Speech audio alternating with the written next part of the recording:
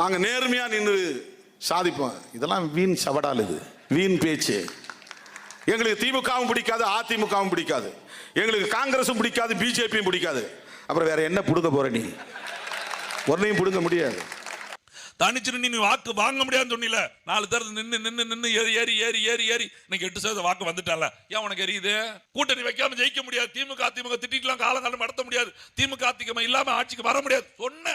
அதெல்லாம் ஒருத்தர் செஞ்சு காட்டுறாங்க. ஆமா எரியுது. ஏன் எரியுது? நம்ம எல்லாம் சூப்பர் சீனியர்ஸ், நம்மளாலே முடியல.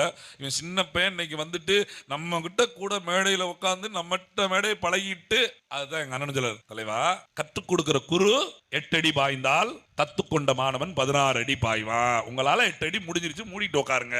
நாங்க 16 அடி சந்தோஷப்படுங்கயா, சந்தோஷப்படு. ஏன் பிள்ளை, என்னோட வளர்ப்பு, ஏன் அரசியல் மாணவன் அதான பண்ணணும்.